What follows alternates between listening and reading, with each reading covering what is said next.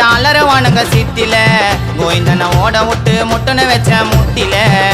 ஐயோ வாப்பா உன் கத்தியை எடுத்து வீசு நான் உனக்கு மேல பார்த்துட்டேன்டா எவ்வளவு பெரிய கேசு ஐயோ வாப்பா உன் கத்தியை எடுத்து வீசு நான் நேத்து கூட ஆச்சிட்டு வந்தேன் 307 கேசு கதைக்காரன் நான் வாழ்ந்த என்னோட ஊர்ல நான் சிங்கள போய் குத்துன கோவிந்த மாறல